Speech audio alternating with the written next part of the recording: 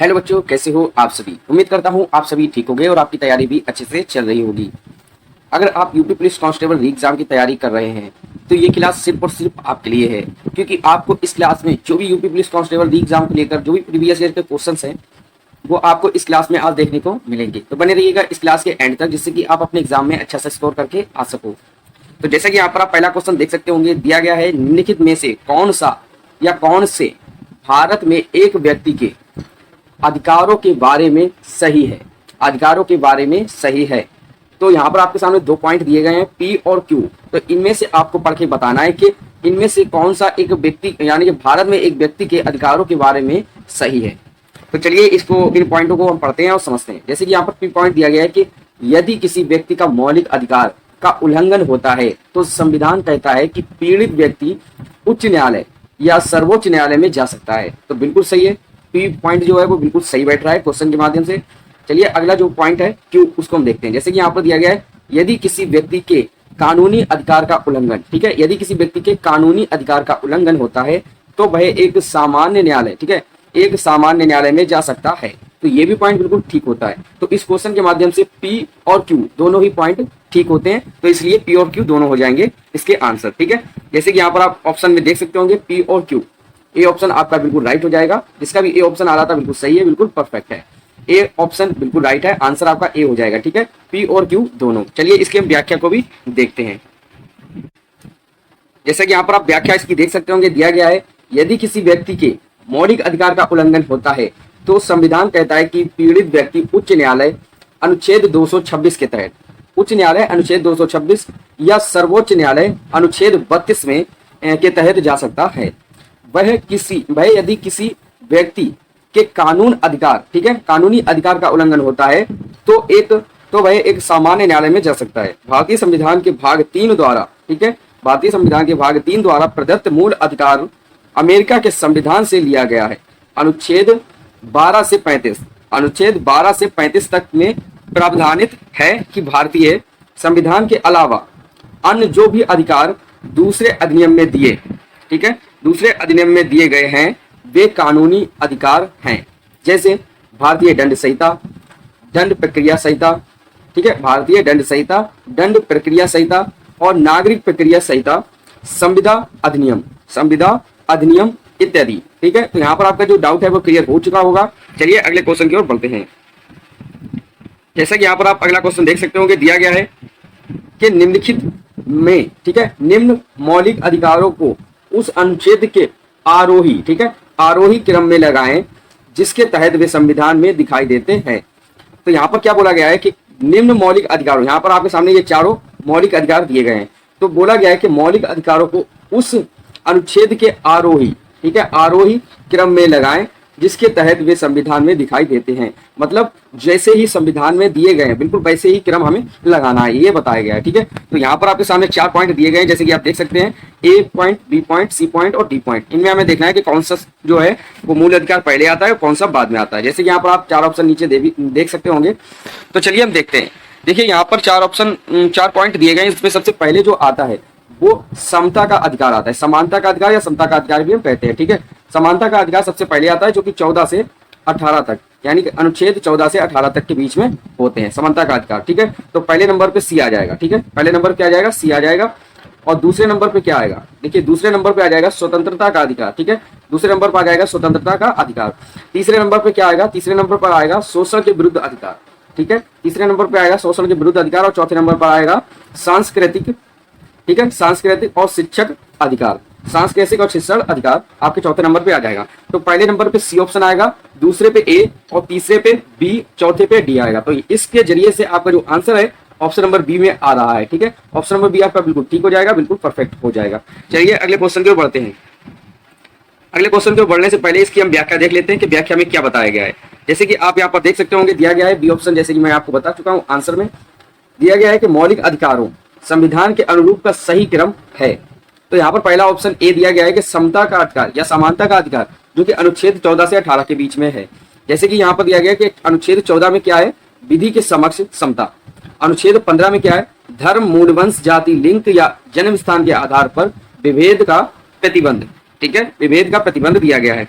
अनुच्छेद 16 के अंतर्गत क्या है, अनुच्छेद 16 के अंतर्गत है लोक नियोजन के विषय में अवसर की समता, ठीक है, अवसर की समता। अनुच्छेद 17 में क्या है, अप्रेस्यता का अंत। अनुच्छेद 18 में है उपाधियों का अंत, ठीक है। अगले बी ऑप्शन में आता है स्वतंत्रता का अधिकार, जैसे कि मैं आपको क्रम पहले ही बता चुका हूं, ठीक है। स्वतंत्रता का अधिकार जो है अनुच्छेद 19 से 22 तक आते हैं। कितने आते हैं, अनुच्छेद 19 से 22 तक आते हैं। जैसे कि यहाँ पर आप देख सकते होंगे जो पहला अनुच्छेद है 19, उसमें दिया गया है, अनुच्छेद 19 के अंतर्गत आता है कि वाक और अभिव्यक्ति की स्वतंत्रता। अनुच्छेद 20 के अंतर्गत आता है अपराधों के लिए दोष सिद्ध के संबंध में संरक्षण। अनुच्छेद 21 के अंतर्गत आता है प्राण और दैहिक स्वतंत्रता का अधिकार। अनुच्छेद 21 का, ठीक है, अनुच्छेद 21 का के अंतर्गत आता है 6 से 14 वर्ष के बालकों को निःशुल्क और अनिवार्य शिक्षा का अधिकार। मोस्ट इंपोर्टेंट जो अनुच्छेद है, ये आपसे ज्यादातर परीक्षाओं में पूछा जाता है। शायद आपकी परीक्षा में ये इस क्वेश्चन का आने की संभावना सबसे ज्यादा है, ठीक है। तो इस क्वेश्चन को आप जरूरी याद करके जाइएगा। अनुच्छेद 21 का 6 से 14 वर्ष के बालकों को निःशुल्क और अनिवार्य शिक्षा का अधिकार, ठीक है। अगला यहाँ पर अनुच्छेद दिया गया है अनुच्छेद 22, कुछ दशाओं में गिरफ्तारी और निरोध से संरक्षण। अगला यहाँ पर दिया गया है पॉइंट सी पॉइंट, जैसे कि शोषण के विरुद्ध अधिकार। शोषण के विरुद्ध अधिकार अनुच्छेद 23 से 24 के बीच में है। जैसे कि अनुच्छेद 23 में बताया गया है कि मानव के दुर्व्यापार और बलात् श्रम का प्रतिषेध बताया गया है। अनुच्छेद 24 में क्या है, कारखानों आदि में बालकों के नियोजन का प्रतिषेध। यहाँ पर एक पॉइंट और अलग से दिया गया है, जैसे कि धर्म की स्वतंत्रता का अधिकार, ठीक है। धर्म की स्वतंत्रता का अधिकार जो है, जैसे कि चौथा मैं आपको बता चुका हूं, तो धर्म की स्वतंत्रता का अधिकार जो है वो अनुच्छेद 25 से 28 के बीच में दिए गए हैं। अनुच्छेद 25 से 28 के बीच में दिए गए। अगला पॉइंट यहाँ पर है कि सांस्कृतिक और शैक्षिक अधिकार, जो कि अनुच्छेद 29 से 30 के बीच में है, ठीक है। जैसे कि यहाँ पर अनुच्छेद 29 में बताया गया है कि अल्पसंख्यक वर्गों के हितों का संरक्षण। अनुच्छेद 30 में बताया गया है शिक्षा संस्थानों की स्थापना और प्रशासन करने का अल्पसंख्यक वर्गों का अधिकार, ठीक है। आगे यहाँ पर देख सकते होंगे दिया गया है अगला टॉपिक संवैधानिक उपचारों का अधिकार, जो कि अनुच्छेद 32 के अंतर्गत आता है। संपत्ति का अधिकार अब अनुच्छेद 300 का के तहत एक विधिक अधिकार है। मोस्ट इंपोर्टेंट क्वेश्चन है यहाँ पर, यहाँ से आपके एग्जाम में क्वेश्चन आ सकता है कि संपत्ति का अधिकार अब कौन से अनुच्छेद में है, तो अनुच्छेद 300 का के तहत। और ये क्या है, तो एक ये जो है जो संपत्ति का अधिकार है, ये अब अनुच्छेद 300 का के तहत एक विधिक अधिकार है, यानी कि कानूनी अधिकार हो गया है, ठीक है। चलिए अगले क्वेश्चन की ओर बढ़ते हैं, ठीक है। जैसा कि यहाँ पर आप अगला क्वेश्चन देख सकते होंगे, दिया गया है नागरिकों के मौलिक अधिकारों के संदर्भ में, नागरिकों के मौलिक अधिकारों के संदर्भ में दिए गए विकल्पों में से कौन सा वक्तव्य सही है, ठीक है। कौन सा विकल्प सही है, आपसे ये पूछा गया है, ठीक है। तो यहाँ पर भी आपके सामने जो है 2 पॉइंट दिए गए हैं, ए पॉइंट और बी पॉइंट। इनमें से आपको पढ़कर बताना है कि कौन सा इस क्वेश्चन के माध्यम से सही बैठ रहा है। और आपके सामने जो 4 ऑप्शन नीचे दिए गए हैं, इसमें आपको ऑप्शन ढूंढ के बताना है अपना आंसर, ठीक है। तो चलिए इसका आंसर हम देखते हैं। जैसे कि बोला गया है नागरिकों के मौलिक अधिकारों के संदर्भ में दिए गए विकल्पों में से कौन सा वक्तव्य सही है। तो पहला पॉइंट जो है हम पढ़ते हैं, जैसे कि दिया गया है कोई व्यक्ति, ठीक है, कोई व्यक्ति विशेष अपने मौलिक अधिकार त्याग सकता है। तो ये ऑप्शन तो बिल्कुल गलत हो जाएगा, ठीक है। कोई व्यक्ति विशेष अपने मौलिक अधिकार त्याग सकता है, तो ये ऐसा नहीं होता, ठीक है। तो ए ऑप्शन आपका गलत हो जाएगा। बी ऑप्शन जो बी पॉइंट है हम देखते हैं, जैसे कि दिया गया है जो कानून तथा कार्यवाही, ठीक है, कार्यकारी कार्यवाही, जो कानून तथा कार्यकारी कार्यवाही मौलिक अधिकारों के विरुद्ध हो वे अमान्य और रद्द माने जाएंगे। तो ये जो ऑप्शन है बी ऑप्शन, बी पॉइंट जो बिल्कुल सही बैठ रहा है, बिल्कुल सही है। तो इसके जरिए से जो आपका आंसर है वो ऑप्शन नंबर डी हो जाएगा, केवल बी, ठीक है। ऑप्शन नंबर डी आपका बिल्कुल ठीक हो जाएगा, जिसका भी ऑप्शन नंबर डी आ रहा था बिल्कुल सही है, बिल्कुल परफेक्ट है। ऑप्शन नंबर डी केवल बी आपका राइट आंसर हो जाएगा। जैसे कि यहाँ पर आप देख सकते हैं ये जो क्वेश्चन है वो परीक्षा में पूछा जा चुका है, ठीक है। चलिए इसकी हम व्याख्या को भी देखते हैं। जैसे कि यहाँ पर आप व्याख्या देख सकते होंगे, दी गई है कि भारतीय संविधान के भाग 3 में, ठीक है, भारतीय संविधान के भाग 3 में अनुच्छेद 12 से 35 तक मूल अधिकारों का विवरण है। मूल अधिकारों को यह नाम इसलिए दिया गया है क्योंकि इन्हें संविधान द्वारा गारंटी एवं सुरक्षा प्रदान की गई है, जो राष्ट्र कानून का मूल सिद्धांत है, जो राष्ट्र कानून का मूल सिद्धांत है। ये मूल इसलिए भी है क्योंकि वे व्यक्ति के चहुमुखी विकास के लिए आवश्यक हैं। आगे यहाँ पर बताया गया है कि कोई भी व्यक्ति सामान्य या विशेष, ठीक है, कोई भी व्यक्ति सामान्य या विशेष अपने मौलिक अधिकारों को त्याग नहीं सकता, ठीक है।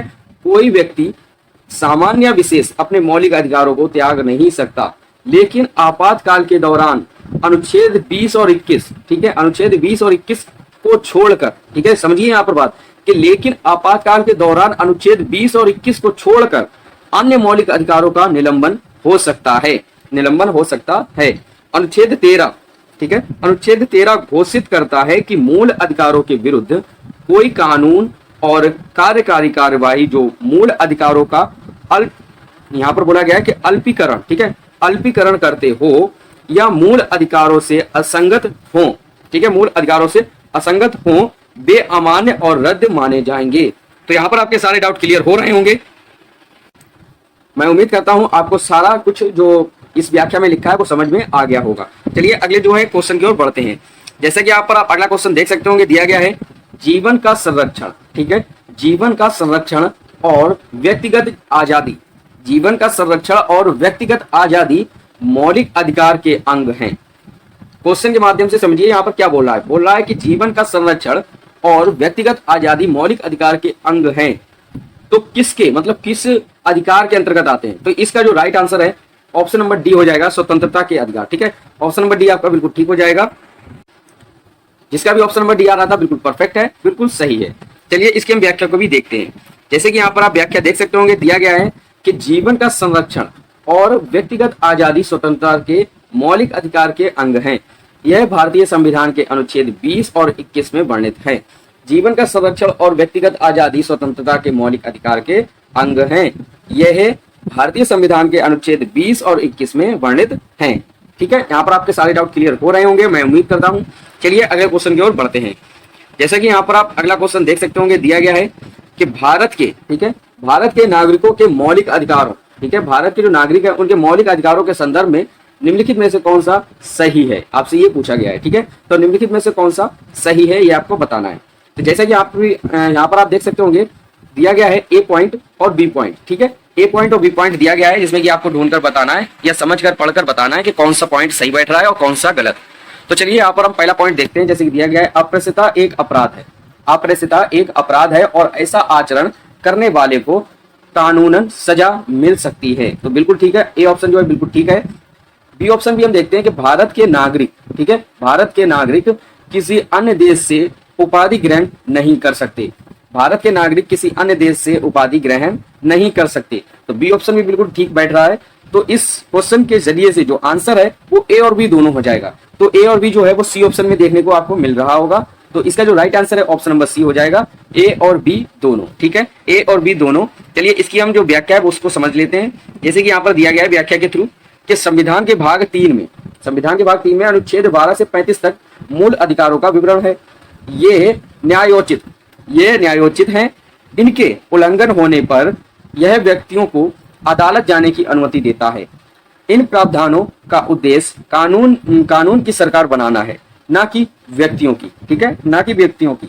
वर्तमान में संविधान में 6 मूल अधिकार हैं। संपत्ति के अधिकार को 44वें संविधान संशोधन अधिनियम 1978 द्वारा हटाया गया, यानी कि हटा दिया गया। ठीक है, जो संपत्ति का अधिकार था उसको 44वें संविधान संशोधन द्वारा 1978 द्वारा हटा दिया गया। आगे बोल रहा है कि संविधान के अनुच्छेद 17, ठीक है, संविधान के अनुच्छेद 17 में अप्रेस्यता को समाप्त करने की व्यवस्था और किसी भी रूप में इसका आचरण निषिद्ध करता है। आचरण निषिद्ध करता है। अप्रेस्यता से उपजी किसी निर्योग्यता को लागू करना अपराध होगा, जो विधि अनुसार दंडनीय है। जो विधि अनुसार क्या है? दंडनीय है। आगे बोला गया है कि तथा अनुच्छेद 18 उपाधियों का अंत, ठीक है, उपाधियों के अंत की बात करता है। यह निषेध करता है कि भारत का कोई नागरिक विदेशी राज्य से कोई उपाधि प्राप्त नहीं करेगा, उपाधि प्राप्त नहीं करेगा। तो यहाँ पर आपके सारे डाउट क्लियर हो गए होंगे। और ज्यादातर यहाँ पर जो अनुच्छेद बताए गए, जैसे अनुच्छेद 17 और अनुच्छेद 18, यहाँ पर इन दोनों अनुच्छेदों को भी जो है क्लियर कर दिया गया है। ठीक है, तो चलिए अगले क्वेश्चन की ओर बढ़ते हैं। तो जैसा कि यहाँ पर आप अगला क्वेश्चन देख सकते होंगे, दिया गया है कि संविधान के अनुच्छेद 17 के तहत किसी व्यक्ति को प्राप्त होने वाले नागरिक अधिकार कौन से अधिकार से संबंधित हैं। ठीक है, कौन से अधिकार से संबंधित हैं या किससे संबंधित हैं, ये आपसे पूछा गया है कि संविधान के अनुच्छेद 17 के तहत किसी व्यक्ति को प्राप्त होने वाले नागरिक अधिकार कौन किससे संबंधित हैं, तो ये आपको बताना है। ठीक है, तो इस क्वेश्चन का राइट आंसर क्या होगा? देखिए इस क्वेश्चन का जो राइट आंसर हो जाएगा ऑप्शन नंबर बी हो जाएगा, अप्रेस्यता का उन्मूलन। ठीक है, क्योंकि संविधान के अनुच्छेद 17 के तहत किसी व्यक्ति को प्राप्त होने वाले नागरिक अधिकार किससे संबंधित हैं, तो अप्रस्तुतता का उन्मूलन। जैसे कि मैं आपको पहले ही जो अनुच्छेद 17 है वो क्लियर कर चुका हूं, तो यहाँ पर जो आपका राइट आंसर है ऑप्शन नंबर बी हो जाएगा। चलिए इसकी हम व्याख्या को भी देखते हैं और उसको समझते हैं। जैसे कि यहाँ पर इसकी व्याख्या दी गई है, दिया गया है कि अनुच्छेद 17 में स्पष्ट उल्लेख है कि अप्रस्तुतता का अंत किया जाता है और उसका किसी भी रूप में आचरण निषिद्ध किया जाता है। अप्रस्तुतता से उपजी किसी निर्योग्यता को लागू करना अपराध होगा जो विधि के अनुसार दंडनीय होगा। इसे लागू करने हेतु 1955 में अप्रस्तुतता अपराध अधिनियम, 1976 में सिविल अधिकार संरक्षण अधिनियम तथा 1989 में इसे और प्रभावी बनाते हुए क्रूरता निवारक अधिनियम बना दिया गया। तो देखिए यहाँ पर आपके सारे डाउट क्लियर हो गए होंगे अनुच्छेद 17 को लेकर। ठीक है, चलिए अगले क्वेश्चन की ओर बढ़ते हैं। जैसा यहाँ पर आप अगला क्वेश्चन देख सकते होंगे, दिया गया है कि संविधान के कौन से अनुच्छेद के तहत, संविधान के कौन से अनुच्छेद के तहत मजिस्ट्रेट की अदालत में याचिका दायर करके कोई भी नागरिक किसी सार्वजनिक मुद्दे पर जनहित अथवा जन कल्याण के उद्देश्य से न्यायालय जा सकता है।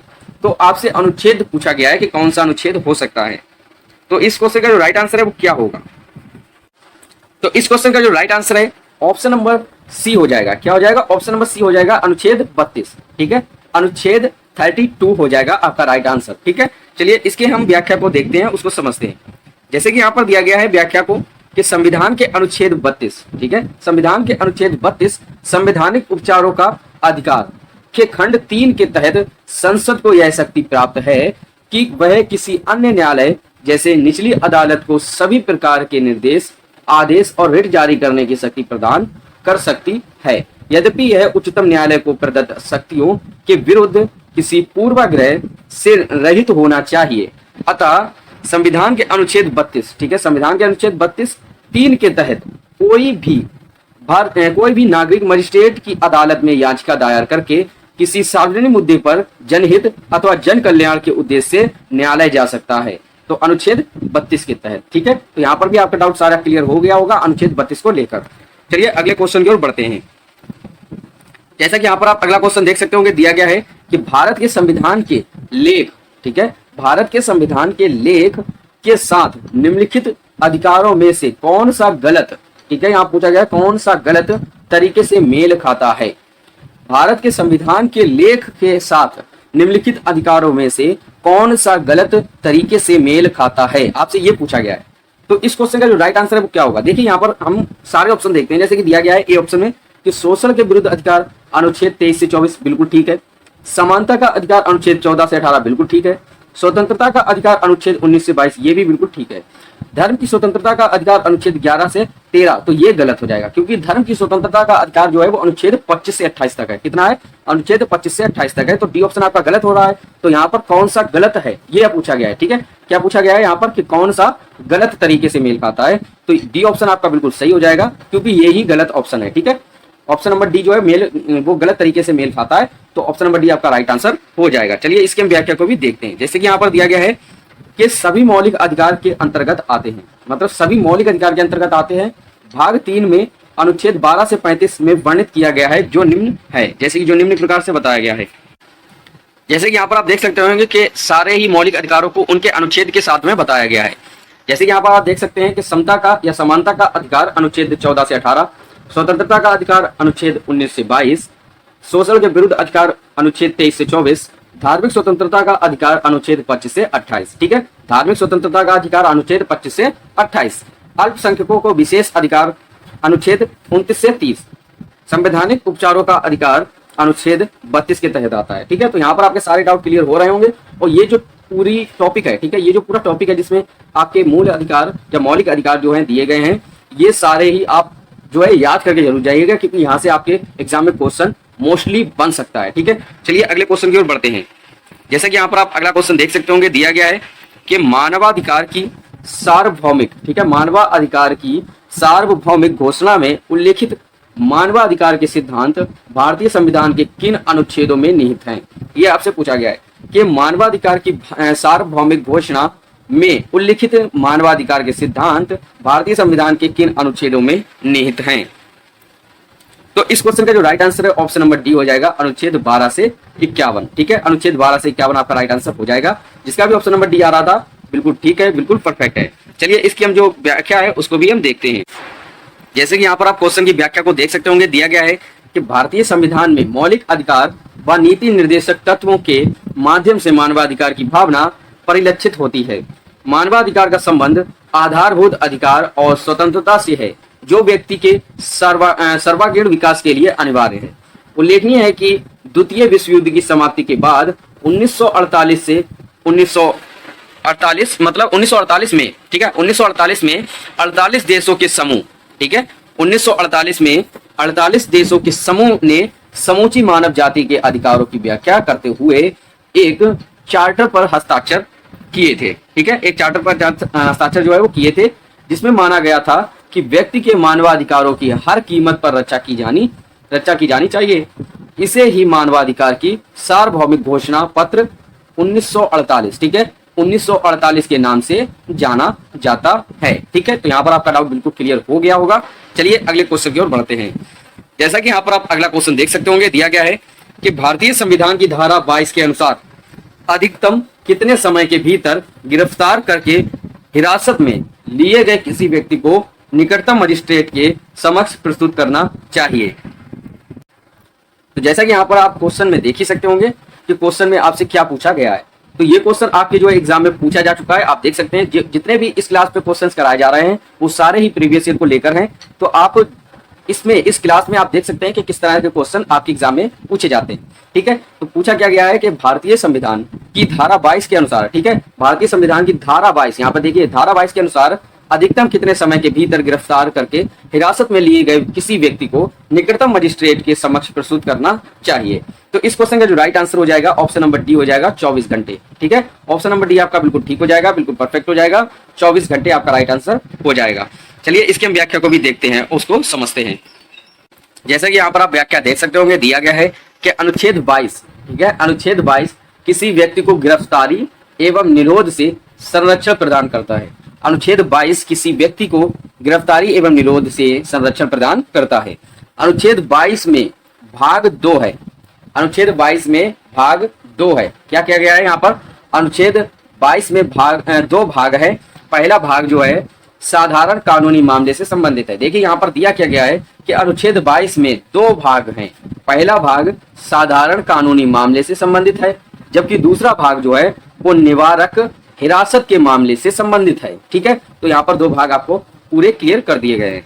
आगे यहाँ पर देखते हैं कि दिया गया है अनुच्छेद 22, ठीक है, अनुच्छेद 22 का पहला भाग उस व्यक्ति को जिसे साधारण कानून के तहत हिरासत में लिया गया निम्नलिखित अधिकार उपलब्ध कराता है। तो कौन कौन से कराता है? जैसे कि आप यहाँ पर देख सकते होंगे, दिए गए हैं कि गिरफ्तार, ठीक है, गिरफ्तार करने के आधार पर सूचना देने का अधिकार, गिरफ्तार करने के आधार पर सूचना देने का अधिकार, विधि व्यवसायी से, ठीक है, विधि व्यवसायी से परामर्श और प्रतिरक्षा करने का अधिकार, विधि व्यवसायी से परामर्श और प्रतिरक्षा करने का अधिकार। ठीक है, अगला यहाँ पर बताया गया है कि दंडाधिकारी मजिस्ट्रेट के सम्मुख 24 घंटे में यात्रा के समय को छोड़कर पेश होने का अधिकार, दंडाधिकारी मजिस्ट्रेट के सम्मुख 24 घंटे में यात्रा के समय को छोड़कर पेश होने का अधिकार। ठीक है, अगला यहाँ पर क्या होता पॉइंट दिया गया है कि दंडाधिकारी द्वारा बिना अतिरिक्त निरोध दिए 24 घंटे में रिहा करने का अधिकार, दंडाधिकारी द्वारा बिना अतिरिक्त निरोध दिए 24 घंटे में रिहा करने का अधिकार। जैसे कि आप यहाँ पर देख सकते होंगे कि दंडाधिकारी द्वारा बिना अतिरिक्त निरोध दिए 24 घंटे में रिहा करने का अधिकार। ठीक है, तो यहाँ पर आपके सारे डाउट क्लियर हो रहे होंगे, आशा करता हूं मैं। तो ये क्लास आपकी यहीं तक रहती है। अगर आपने इस क्लास में थोड़ा सा भी प्रॉफिट या थोड़ा से भी आपको यहाँ से सहायता मिली हो तो इस क्लास को अभी लाइक जरूर कर दीजिएगा। इस क्लास में कोई भी आपका डाउट रह गया हो तो हमें कमेंट में जरूर बताइएगा, जिससे मैं आपका डाउट क्लियर कर सकूँ, उसको दूर कर सकूँ। ये क्लास यहीं तक रहती है। फिर मिलते हैं अच्छी क्लास के साथ, जिसमें आपको बेहतर क्वेश्चन देखने को मिलेंगे, जिससे कि आपकी एग्जाम में जो है तैयारी अच्छे से हो सके और आप अपने एग्जाम में अच्छा सा स्कोर करके आ सको। तो चलिए इस क्लास को यहीं तक रखते हैं, तब तक के लिए टेक केयर।